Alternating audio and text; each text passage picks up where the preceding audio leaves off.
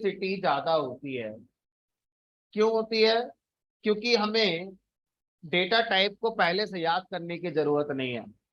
अगर आपने सी पढ़ी है कभी, तो डेटा टाइप को पहले आपको याद करना होता है कि कितने होते हैं। मुझे लगता है इस क्लास में अगर 70 लोग हैं तो किसी को भी नहीं पता होगा कि टोटल सी में कितने डेटा टाइप हैं। हाँ, दो चार पांच सबको पता होंगे, इंटीजर फ्लोट ये सब होते हैं।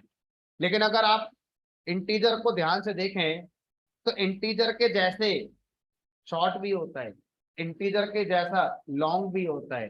फिर इन सब के साइंड और अनसाइंड आते हैं।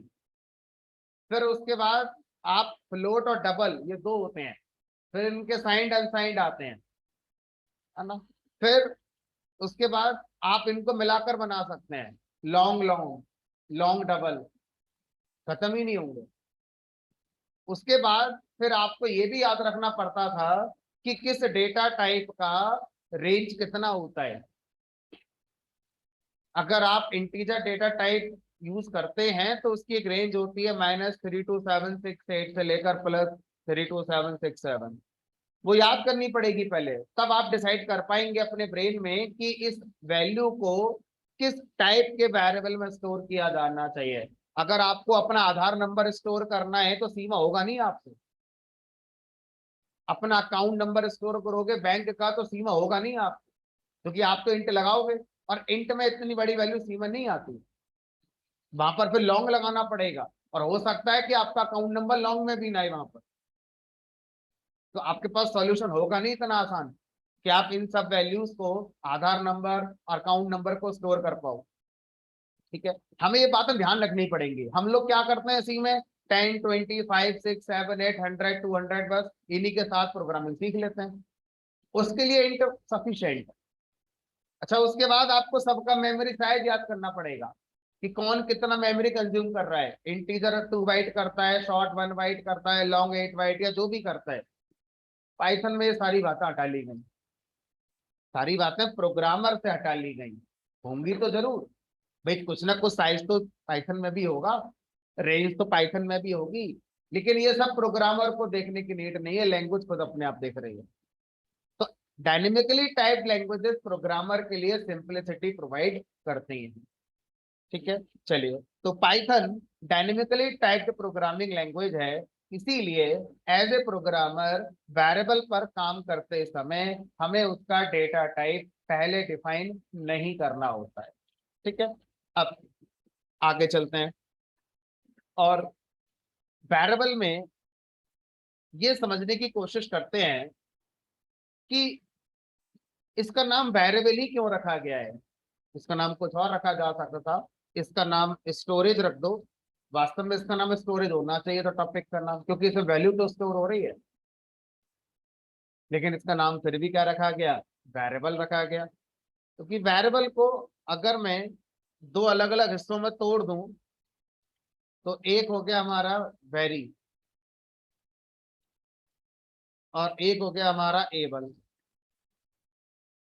तो वेरी का मतलब क्या होता है, जो बदलता रहे, है ना, वेरी होना, बदलते रहना। एबल मानने योग्य।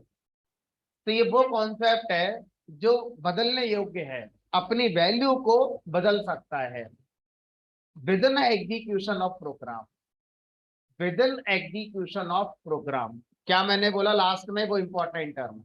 मान लीजिए मैंने एक्स नाम का एक वेरिएबल ले लिया, जिसकी वैल्यू मैंने यहाँ पे 10 कर दी। ठीक है, अब अगर मैं इसको प्रिंट करता हूं तो ये एक्स आ गया और इसकी वैल्यू 10 आ गई।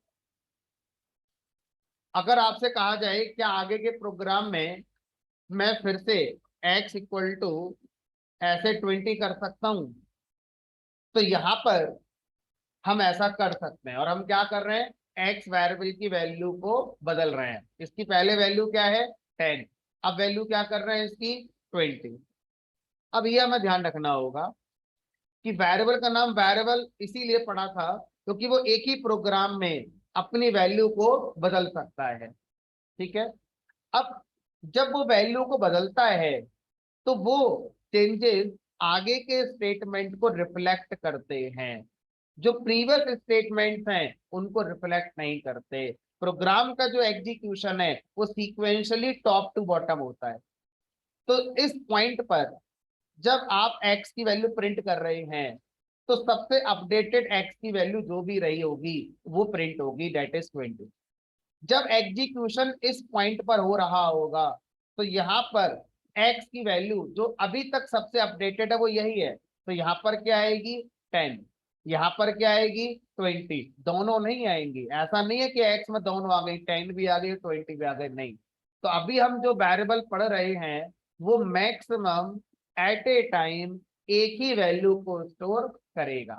अगर आप उसकी वैल्यू को चेंज करेंगे, बदलेंगे, तो पुरानी वैल्यू उसकी हट जाएगी और लेटेस्ट वैल्यू ही रहेगी। ठीक है, चलो। तो अब अगर आपसे कहा जाए कि इसको रन करा कर देखें तो पहले 10 आ गया, उसके बाद 20 आ गया।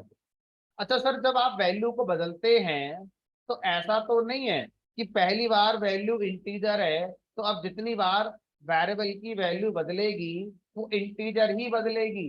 हमने कहा ऐसा सी लैंग्वेज में होता है, ऐसा स्टैटिकली टाइप्ड जितनी भी लैंग्वेजेस हैं उनमें होता है, डायनेमिकली टाइप्ड जितनी भी लैंग्वेजेस हैं उनमें ऐसा नहीं होता है। अगर आप इस वेरिएबल की वैल्यू बदलना चाहते हैं तो आप कोई भी वैल्यू बदल सकते हैं। आप यहां पर स्ट्रिंग कर दो,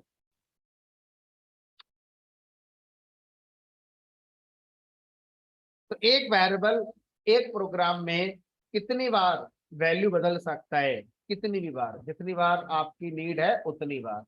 किस किस टाइप की वैल्यू बदल सकता है? किसी भी टाइप की वैल्यू बदल सकता है, 10, 20, 2.5 और इंडिया।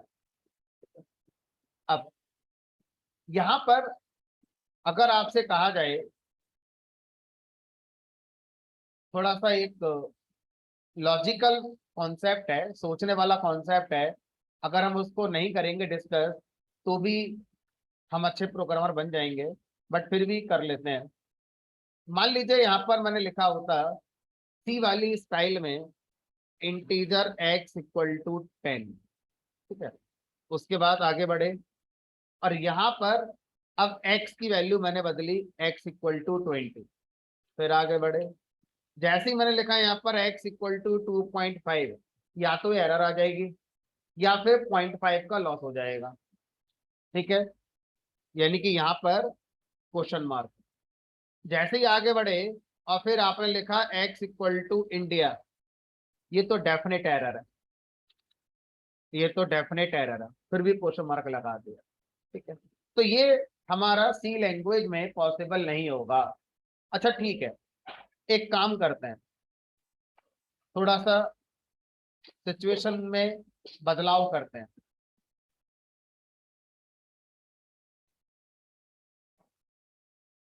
मैं हर बार x की वैल्यू बदल रहा हूं, वैसे तो मैं किसी भी टाइप की बदल सकता हूं, बट फिर भी मैं इंटीजर जैसी ही बदल रहा हूं क्योंकि पहली बार में मैंने इंटीजर रखा हुआ है। तो अब यहां पर मैंने क्या करा, 30 और यहां कर दिया 40।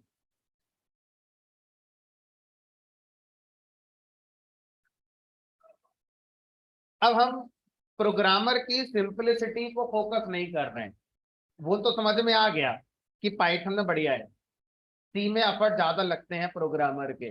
अब हम एक दूसरा पॉइंट डिस्कस कर रहे हैं, एग्जीक्यूशन टाइम। जब हमारा पाइथन इंटरप्रेटर इस स्टेटमेंट को रन कर रहा है तो हमारे पाइथन इंटरप्रेटर को डिसीजन लेना होगा कि x किस टाइप का वेरिएबल है। तो इंटरप्रेटर क्या करेगा, इस वैल्यू को देखेगा कि किस टाइप की वैल्यू है। इंटरप्रेटर को नजर आया ये इंटीजर वैल्यू है, इंटरप्रेटर ने डिसाइड करा कि x इंटीजर होना चाहिए और x का टाइप डायनेमिकली डिसाइड हो गया इंटीजर। ठीक है, अब इस स्टेटमेंट का एग्जीक्यूशन सी में किया जा रहा है, तो सी में जो भी हमारे प्रोग्राम को एग्जीक्यूट करेगा, क्या उसे इस लाइन में ये डिसीजन लेना है कि x किस टाइप का होगा? प्रोग्रामर ने बता तो दिया पहले ही, इंटीजर होगा। तो इस लाइन का एग्जीक्यूशन टाइम पाइथन में, और इस लाइन का एग्जीक्यूशन टाइम सी में। अगर मैं देखूं तो ये फास्ट होगा, सी में इस स्टेटमेंट का एग्जीक्यूशन फास्ट होगा, पाइथन में इस स्टेटमेंट का एग्जीक्यूशन स्लो होगा, क्योंकि डिसीजन लिया गया।